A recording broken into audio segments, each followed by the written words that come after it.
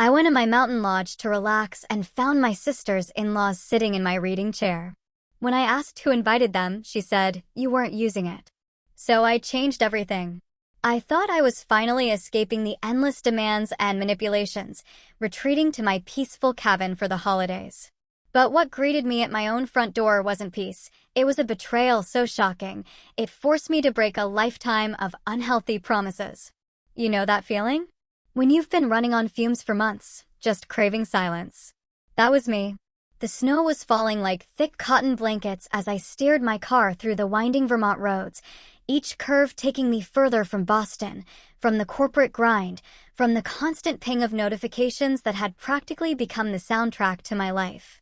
10 days, I whispered to myself, the words a little cloud in the chilly air. 10 days of absolute quiet. My sanctuary was just 20 minutes away, a reward for years of careful budgeting, of working all the overtime.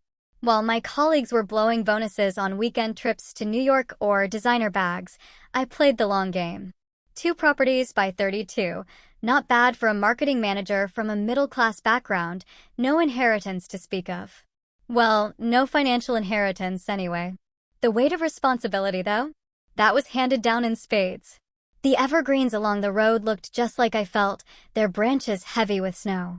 5 years as Tessa's caretaker had taught me a lot about carrying weight. I love my sister, I really do, but Christmas always turned her into a bottomless pit of need. Her demands for attention multiplied faster than the twinkling lights strung across the city. This year, I chose myself. 10 days of blissful solitude. Tessa pouted, of course, when I told her my plans. But she's 26 now. She has Derek. She doesn't need me curating her gift list or hosting her friends for Christmas Eve cocktails. Then, around the final bend, there it was, my cabin, nestled against the mountainside like a picture postcard. My grip on the steering wheel tightened. Not one, but 2 vehicles in the circular driveway. Tessa's cherry red Jeep. And a muddy pickup truck I didn't recognize. What the hell? My first thought was a break-in. My second, that something terrible had happened to Tessa, some emergency that drove her here. My pulse quickened. I parked behind the Jeep, grabbing my phone, ready to dial 911. But then I saw it. The cabin windows glowed with warm light. And music. It wasn't the soft jazz I'd left playing on my smart speaker. This was Christmas pop, cranked to party volume. I trudged through the ankle-deep snow to the porch, key in hand, though I had a gut feeling I wouldn't need it. When I turned the knob, the door swung open to a scene so utterly surreal, I actually wondered if I'd driven to the wrong cabin. A Christmas tree. Not my tasteful pine with white lights and silver ornaments, but a massive spruce absolutely dripping with gaudy, multicolored baubles. It dominated the corner by the fireplace. Garlands snaked across every surface.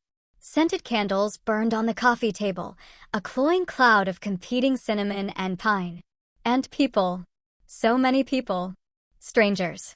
Sprawled across my furniture, drinking from the hand-blown crystal wine glasses I gave Tessa last Christmas.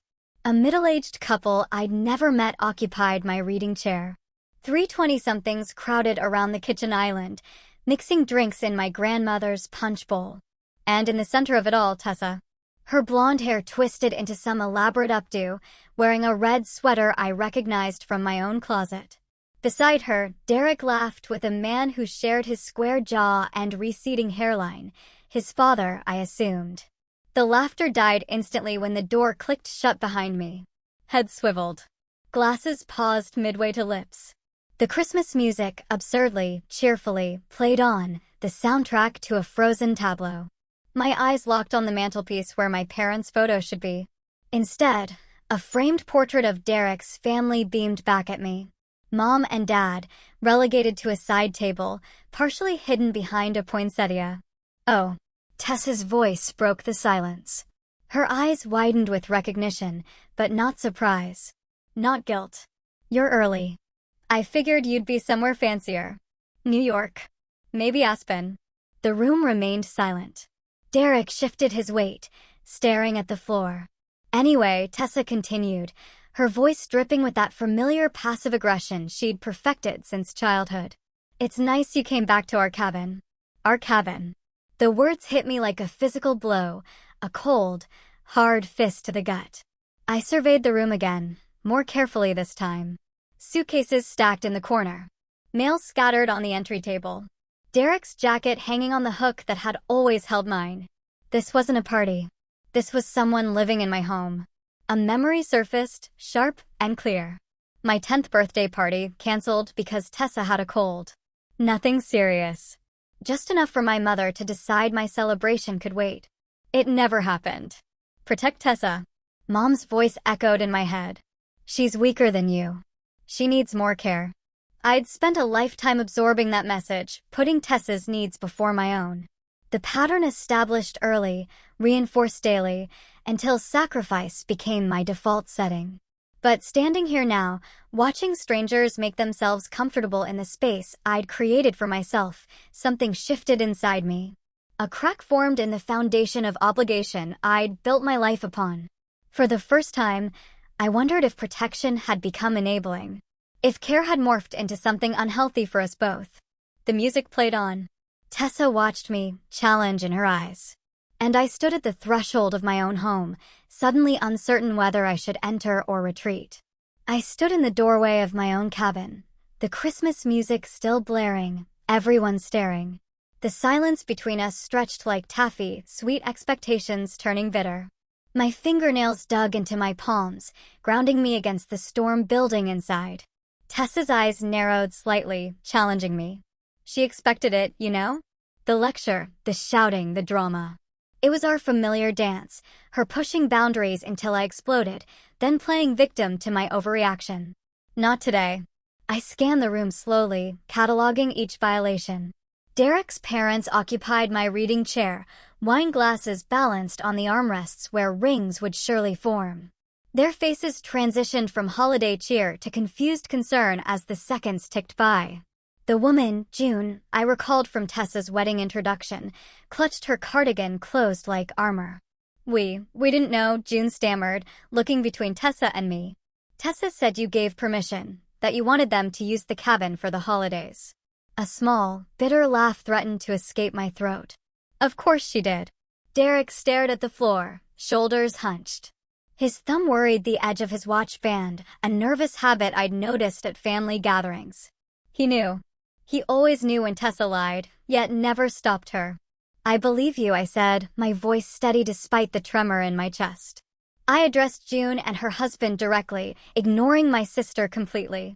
But I'll be clear, you have 24 hours to leave this house and restore it to how it was. The room temperature seemed to drop 10 degrees. A glass clinked against a table as someone set their drink down. Too quickly. If it's not spotless when I return, I'll call the police. The words left my mouth without heat or venom. Simple facts, delivered calmly. Tessa froze, wine glass halfway to her lips. This wasn't how our script usually played out. I was supposed to yell, to plead, to negotiate, giving her the emotional fuel she craved. Instead, I stood perfectly still, saying nothing more. The silence spoke volumes where screaming would have failed. I had no idea she'd do this. Derek mumbled, finally looking up. His eyes held genuine remorse, but it was too little, too late. How many times had he apologized for her behavior without actually preventing it? June rose quickly, nudging her husband's arm. We should pack our things, Richard. Her voice had the strained politeness of someone desperate to exit an uncomfortable situation. She began gathering scattered belongings, shooting worried glances at Tessa. The others followed suit, abandoning half-empty glasses and Christmas cookies mid-bite. Nobody met my gaze except Tessa, whose disbelief had hardened into something closer to fear. She'd realized I wasn't bluffing this time. I didn't engage. No arguments, no justifications, no opportunity for her to spin this into another tale of my supposed controlling nature. I simply turned, closed the door softly behind me, and walked back to my car. Snow fell in thick flakes, catching in my hair and melting against my heated skin. Each step through the growing whiteness felt deliberate. Ceremonial, almost. Behind me stood the cabin I'd purchased after 3 years of working 60-hour weeks. Ahead lay a future where, for once, I put myself first. I drove away without looking back, watching the glow of my cabin disappear in the rearview mirror. The windshield wipers beat a steady rhythm as I navigated the mountain roads, each turn taking me further from a lifetime of enabling. 2 hours later, I pulled into a small roadside motel with a vacancy sign flickering against the darkening sky. The room was basic but clean, nothing like my carefully curated cabin, yet somehow a sanctuary. I made a cup of instant coffee from the courtesy tray and sat by the window, watching snowflakes swirl beneath the street lamp. My anger burned hot initially, thoughts racing through everything taken from me, not just my property, but years of giving without boundaries. As midnight approached, the fire dimmed to embers, leaving exhaustion in its wake. By dawn, something else emerged from the ashes. Clarity. "This isn't about them taking my house," I whispered to my reflection in the frosted window. "It's about them believing I'd never stop them." Steam from my coffee cup fogged the glass as I began a mental inventory of all the times I'd accommodated Tessa beyond reason. The apartment in Burlington, where I covered half her rent for 3 years while she found herself. The car loans I co-signed, despite her spotty credit history and tendency to prioritize vacations over payments. The company reputation I leveraged to help Derek's parents secure their mortgage after their bankruptcy. The pattern emerged with painful clarity. My promise to protect Tessa, made at our parents' funeral, transformed into chains, binding us both, me to endless giving, her to endless taking.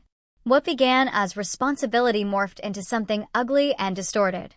I remembered the look in Tessa's eyes when she said, "Our cabin." Not gratitude, not even entitlement, but something darker. Resentment. As if my help were simultaneously expected and resented, each gift a reminder of her dependence. For the first time, I saw how my protection had become her prison, and my sacrifice her sentence. We were trapped in roles neither of us chose, but both perpetuated. The coffee grew cold in my hands as snow continued falling, covering everything in clean white. Tomorrow, I'd return to the cabin, unsure whether they'd have complied or escalated. But regardless of what awaited, something fundamental had shifted. The chain was broken. Whether Tessa recognized it yet or not, everything had changed. The next day, my phone buzzed on the nightstand, pulling me from deep sleep. I squinted at the screen, the morning light filtering through the motel window, making it hard to read the text. It was from Tessa. "We left. The cabin's cleaned." "I'm sorry." I sat up, fully awake now. The cabin, my cabin, felt different, quieter, emptier. I slipped into my robe and ventured into the living room, bracing for the aftermath of Hurricane Tessa. What I found instead stopped me in my tracks. The cabin gleamed with cleanliness. Not a cushion out of place, not a speck of dust on the coffee table. Even the kitchen counters shone like they'd been polished repeatedly.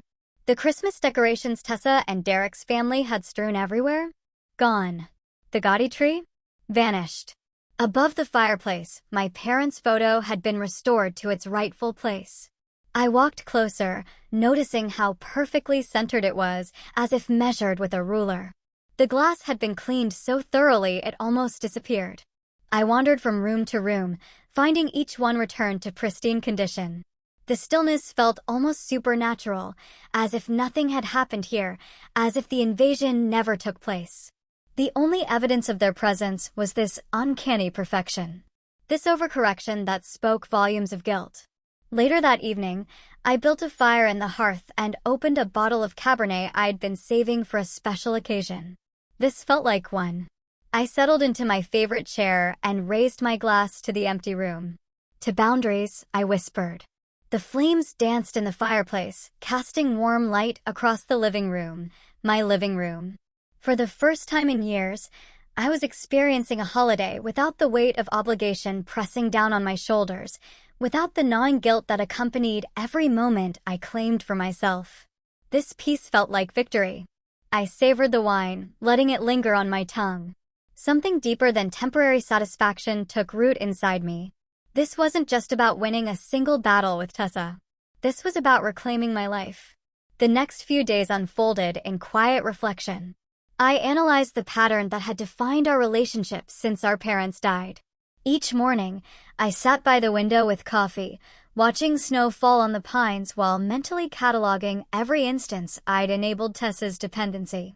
The discounted rent on her apartment. My justification had been that she needed help getting started. The monthly payments on her Jeep Compass. I convinced myself it was safer than her old car. The credit card with my name as guarantor. Just until she established good credit, I told myself. With distance and clarity, I saw now how my compassion without boundaries created entitlement. Each act of generosity became not a gift, but an expectation. Each sacrifice on my part reinforced the idea that her needs trumped mine. A plan formed in my mind, methodical and necessary. Not revenge. I took no pleasure in what must happen next, but a systematic dismantling of the unhealthy structures I'd helped build. I opened my laptop and began the process. First, an email to Tessa's property manager terminating the arrangement where I subsidized her rent. Next, a call to the auto loan company, canceling automatic payments on the Jeep. I drafted formal letters ending my financial guarantees on her credit cards and utilities. My correspondence remained professional and detached. No emotional outbursts, no recriminations. Just clear statements of fact, effective immediately. I will no longer be responsible for these obligations. 3 days later, the first consequence arrived in my inbox. The subject line read, "Tessa Miller is behind on rent." My finger hovered over the delete button. Old habits whispered that I should intervene, make it right, protect Tessa from consequences. Instead, I typed, "Follow the lease, send the 14-day non-payment notice." I paused before adding, "File eviction if necessary, no exceptions." After sending the email, I felt the familiar twist of guilt in my stomach. I breathed through it, reminding myself that this wasn't cruelty, but necessity for both of us. 3 weeks later, another email arrived with the subject line, "Vehicle repossession completed." Attached was a photo of Tessa's white Jeep being loaded onto a tow truck. Snow falling around it in the gloomy twilight. I deleted the email without responding, without feeling anything beyond a quiet acknowledgement. The guilt was fading, replaced by something that felt like strength. On the final day of my retreat, I reorganized the cabin. I opened closets and drawers, finding items Tessa had left behind over the years. A scarf draped over a hook, earrings forgotten on a bathroom shelf, novels with dog-eared pages stacked by the guest bed. I gathered them all, placing them in a box I'd mail to her address. I moved furniture, changing the layout to better suit my preferences. I replaced throw pillows, hung new artwork, created a reading nook in the corner where Derek's family had piled their luggage. With each adjustment, the space transformed, becoming truly mine without compromise. As the sun set on my final evening, I stood in the center of the cabin. The physical space now reflected the boundaries I'd established in my life, clear, intentional, and necessary. For the first time in years, I could breathe without the weight of resentment pressing against my ribs. This wasn't just a cabin anymore, it was freedom. A month passed like sand through an hourglass, each grain another day when the phone didn't ring. The silence felt strange after years of Tessa's constant needs draining my attention.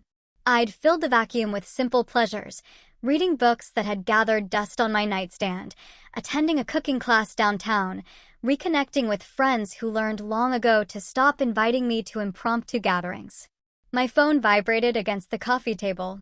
Tessa's name lit up the screen. The peace I'd cultivated trembled like disturbed water. I considered letting it go to voicemail, but habit won out. "Reagan." Her voice splintered around my name. "Thank God you answered." I pressed the phone closer. "What's wrong?" "Everything." A dam broke in her words, releasing a torrent of grievances. Derek's mother called me lazy, said I don't contribute anything to their household. And Derek just stood there. He didn't defend me at all. I heard cupboard doors slamming in the background, footsteps pacing across hardwood. Then Derek started in on me too, saying I need to grow up, get a job, that I can't expect to be taken care of forever. Her breath hitched. He brought up the cabin, said I embarrassed him in front of his family. The old alarm bells rang inside me. Familiar energy pulsed through my veins, the urge to fix, to smooth over, to make everything okay for Tessa. My hand instinctively went to my chest, a familiar ache, an old wound. I pressed my palm against the cool window pane, watching snowflakes melt against the glass. Please, Reagan. Her voice dropped to the pleading whisper that had worked on me since we were children. I just need one last chance. Help me fix this. Tell Derek I'm trying. Let me come stay with you for a while until things settle down. I closed my eyes. The pattern revealed itself with painful clarity. The crisis, the plea, my rescue, temporary gratitude dissolving into expectation and, eventually, resentment. A cycle we'd repeated my entire adult life. You're 31, Tessa. The words emerged calm and steady, surprising even me. I'm not your mother. Silence crackled between us. What's that supposed to mean? Defensiveness edged into her voice. It means I can't fix your marriage. Or your relationship with Derek's family. I took a deep breath. You need to take responsibility for your own life. No lecture followed. No list of suggestions. Just the truth, finally spoken aloud. The silence stretched until I wondered if the call had dropped. Then Tessa's voice returned, transformed into something sharp and brittle. You ruined everything. The words exploded through the speaker. If it weren't for you, my life wouldn't be like this. You always think you know better than everyone else. You're the reason I never learned to handle things. You made me dependent, and now you want to abandon me when I need you most. Behind her accusations, other sounds filtered through. Drawers yanked open, objects thudding against walls, a home coming apart. Don't blame your sister, you did this to yourself. Derek's voice cut in, startling me. I hadn't realized he was listening. Stay out of this. Tessa shrieked, her voice receding as if she'd turned away from the phone. No, I'm done staying out of it. Derek countered. Your sister's right. You're a grown woman, but you act like a teenager waiting for someone to clean up your messes. Their argument escalated, words tumbling over each other like stones in a landslide. Something crashed, glass, shattering against a hard surface. Look what you made me do. Tessa shrieked. More crashes followed, punctuated by Derek's demands to stop destroying things that weren't hers. I listened, neither intervening nor hanging up. This wasn't my storm to weather. The call cut off abruptly. The sudden silence felt heavy, weighted with years of expectations finally released. I placed the phone on the table beside me. No urge rose to call back, to check that Tessa was okay, to smooth things over. Instead, I exhaled slowly, feeling the last threads of misplaced responsibility unravel from my shoulders. Everything had collapsed naturally, without my orchestration. The weight of consequences belonged to Tessa alone, as it should have all along. Relief washed through me, not because I wanted her to suffer, but because I no longer had to prevent the inevitable. The news reached me 3 weeks later through Mark, a mutual friend from our hometown. Derek filed for divorce. Tessa lost her apartment when his parents, who own the property, asked her to leave. The car she drove belonged to Derek's company. Her reputation in their social circle lay in tatters after a public meltdown at a restaurant where many of their friends witnessed her behavior firsthand. I took no satisfaction in her suffering. Each revelation arrived without the vindication some might expect. Instead, I felt a quiet acceptance. Sometimes people must hit bottom before they can discover their own strength. Winter gradually released its grip on Boston. March brought warmer air and tentative buds on the trees lining my street. The seasons change, and so do we, whether we choose to or not. The last snow melted from the shadowed corners of my yard when my phone rang again. Tessa's name appeared on the screen, a test of boundaries newly formed. This time, I answered without apprehension. Reagan. Her voice trembled, but differently than before. Humbler. Smaller. I'm sorry. Please, just give me one more chance. I stood at my window, watching a robin gather twigs for its nest. Spring arrives, bringing with it the possibility of new beginnings, but only for those willing to build them with their own hands. I'm listening, I said, and I meant it. For the first time in our adult lives, I was truly listening to my sister instead of rushing to rescue her. What happens next depends entirely on her. 3 days later, the morning light filtered through the cabin windows, catching dust motes that danced like memories in the air. I sat in the window seat, watching as droplets of snow melted from the eaves, each one surrendering to the inevitable thaw. The lake beyond had begun to shed its icy coating, revealing patches of clarity underneath, much like the fog lifting from my own thoughts these past few weeks. Tessa sat across from me, her fingers wrapped around a steaming mug of coffee. 3 months of silence between us, broken by a phone call that surprised us both. No screaming match at the cabin that day. No dramatic showdown. Just me, turning around and driving back to Boston, leaving Tessa to the consequences of her choices for once. "You look different," she said, studying me with the careful attention she usually reserves for potential advantages. "I am different." The words came easily, without the defensive edge that once would have accompanied them. She traced the rim of her mug, searching for the right approach. I recognized the gesture, the precursor to a request, a need, another burden she hoped to place on my shoulders. But something had shifted between us, a recalibration of an unbalanced scale. "I used to be the place you came home to," I said softly, surprising myself with the gentle honesty of it, the safety net always waiting to catch you. Her eyes widened slightly. "This wasn't our usual script. Now you need to stand on your own." I held her gaze, unflinching yet kind. "The day you do that, I'll be the first to be proud of you." Silence settled between us, not the tense quiet of unspoken resentments, but something closer to respect. For once, we both allowed the moment to breathe, honoring what's been lost and what might yet be found. I rose and moved to the kitchen, returning with the bottle of Pinot Noir I'd been saving. Not as a crutch this time, but as recognition. I poured 2 glasses, handing one to Tessa. "What are we celebrating?" she asked, weariness creeping into her voice. "Freedom," I answered. "Yours and mine." We sipped our wine and watched the last snowdrops melt from the eaves, disappearing into the awakening earth below. Later, as Tessa prepared to leave, I realized something profound had settled in my chest where guilt once lived. The understanding that love transforms rather than ends, that it evolves beyond codependency into something healthier. The freedom I'd given Tessa and myself might be the highest form of respect I could offer either of us. The revelation landed with surprising gentleness. Sometimes helping means not helping at all. The weight of responsibility I'd carried since our parents' death hasn't vanished, but it's shifted, redistributed to shoulders better suited to bear it, her own.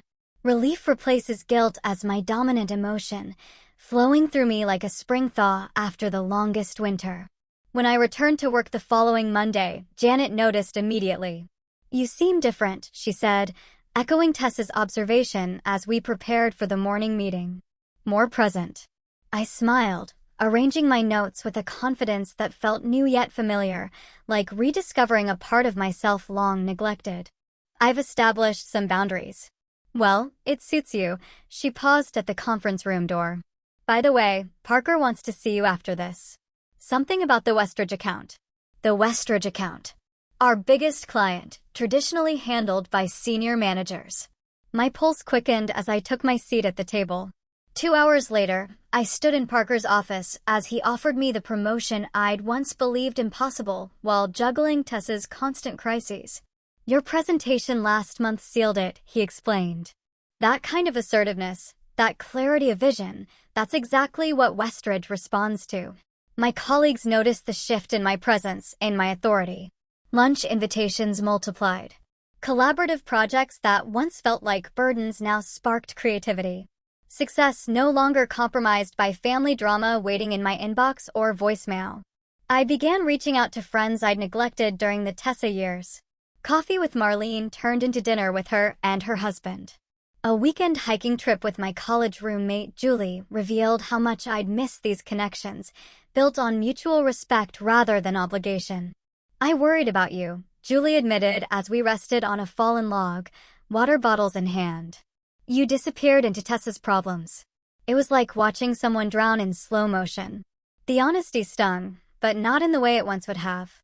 "I thought I was being strong," I told her, "taking care of everyone. And now? Now I know strength isn't about carrying everything. It's about knowing what's yours to carry." We were building this chosen family beyond blood obligations. People who want my presence rather than need my rescue. The email from Tessa arrived 3 months after our cabin conversation. No dramatic subject line, no urgent plea, just her name in my inbox on a Tuesday afternoon. I read it between meetings, braced for the familiar manipulation. Instead, I found a simple update about a new job, an apartment search. No requests, no emotional blackmail. The first signs of genuine independence emerging from the ashes of our old patterns. My response was careful, thoughtful. I suggested coffee the following week with clear parameters, 2 hours on Saturday afternoon at the cafe near her new workplace. A relationship reset, adults meeting as equals, without the shadow of caretaking darkening our interaction. As I hit send, I recognized the unfamiliar emotion rising in my chest. Hope, without the heavy companion of expectation. Hope, without the burden of responsibility. Just hope, standing on its own, much like Tessa must now do. And like the final snowdrops melting from the eaves of my cabin, the last vestiges of our unhealthy bond dissolved, making way for something new to grow in its place. 6 months have transformed the cabin beyond recognition. I run my fingertips along the newly installed security system panel, appreciating how it blends seamlessly with the rustic wood paneling. The motion sensors outside give me peace of mind without making the place feel like a fortress. Balance, that's what I've finally found. The invasion left no physical traces. Every item Derek's family touched has been cleaned, replaced, or deliberately rearranged according to my preferences rather than obligation. The mantelpiece now displays Mom and Dad's photo front and center, flanked by smaller frames showing moments that spark joy, summiting Mount Washington last fall, laughing with colleagues at the company retreat, and a candid shot of me painting the kitchen Cabernet red because I wanted to, not because anyone else approved. I light the scented candle, lavender and cedar, my favorite combination that Tessa always complained gave her headaches, and survey the living room. The furniture arrangement now optimizes the view of the Vermont mountains rather than television viewing. My collection of first edition mysteries fills the bookshelf instead of being hidden away to make room for others' preferences. Every element reflects authentic choices, not compromises. The timer on my phone chimes. Guests arrive in 30 minutes, my first dinner party here since reclaiming the space. 8 friends from work and my hiking group will fill these rooms with conversation. The table is set with mismatched vintage plates I've collected from small-town antique shops, another choice that would have horrified Tessa's sense of proper entertaining. Later, my cabin hums with laughter. Wine glasses clink as Lauren raises a toast. To Reagan, she says, her voice warm with sincerity, who reminds us all of the importance of boundaries, courage, and chosen family. 8 glasses rise in unison. The approval in their eyes doesn't feel like pressure. It feels like recognition. These relationships demand nothing but authenticity. Marcus, our company's creative director, leans back in his chair. My roommate tried reorganizing my record collection by color instead of artists last week, nearly filed for divorce. Everyone laughs, including me. 6 months ago, a comment about problematic roommates would have triggered a spiral of anxiety, memories of Tessa's invasion flooding back. Tonight, it's just a joke among friends. Same situation, completely different emotional response. After dessert, while everyone gravitates toward the fireplace with fresh drinks, I slip away to the kitchen. Breathing space, another boundary I've learned to create without apology. Through the doorway, I watch them laughing, existing comfortably in my space without consuming it. The contrast with Derek's family sprawled possessively across these same rooms couldn't be more stark. The next morning, with the cabin quiet again, I open my leather-bound journal on the sunlit deck. The spring air carries hints of pine and possibility. I write, love doesn't require sacrifice of self. The greatest gift I've given myself is permission to exist fully, without apology or compression. I am not defined by being Tessa's bigger sister, by carrying everyone's emotional weight, by making myself smaller so others feel bigger. The pen moves easily across the page, recording this truth I've finally embraced. For decades, responsibility meant abandoning my needs for others. Therapy has reframed this entirely, showing me that true responsibility begins with self-care, extends to boundaries, and only then reaches toward others. Work has flourished without emotional distractions. Last month's promotion came partly because I stopped volunteering for every crisis project, focusing instead on quality contributions within reasonable hours. Saying no created space for deeper yes. New friendships have replaced the draining connections that once filled my calendar. Quality over quantity, another lesson hard one. Each relationship now stands on bedrock of mutual respect rather than obligations shifting sand. 2 weeks later, in the break room at work, Kelly, a junior marketing associate, approaches me cautiously. "Do you have a minute?" she asks, clutching her coffee mug like a shield. We sit at the small table by the window. She explains her situation, parents insisting on weekly Sunday dinners, despite her partner feeling increasingly unwelcome, the guilt crushing her each time she considers declining. "You always seem so together," she says, "like you know where your boundaries are." The irony makes me smile. That's fairly recent. 6 months ago, I found my sister living in my vacation home without permission. Kelly's eyes widen. "What did you do?" "Something I should have done years earlier.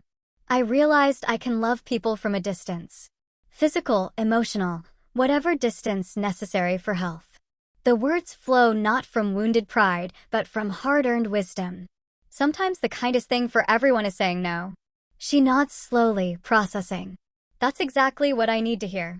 Later that evening, my phone buzzes with a text. Tess's name appears on screen, no longer triggering a fight or flight response.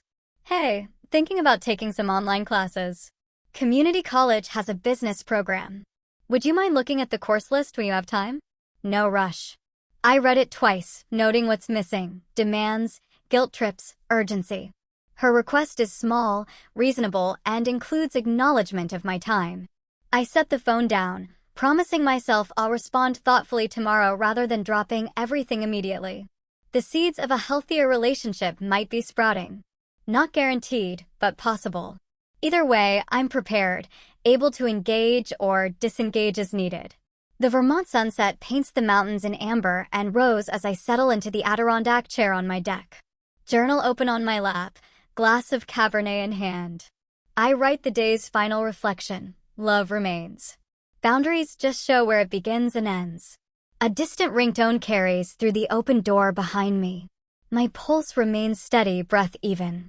Whatever crisis or connection awaits on that call, it can wait until I'm ready to answer. The anxiety that once drove me to immediate response has transformed into quiet assurance. The peace I feel isn't the absence of conflict, it's the presence of wholeness.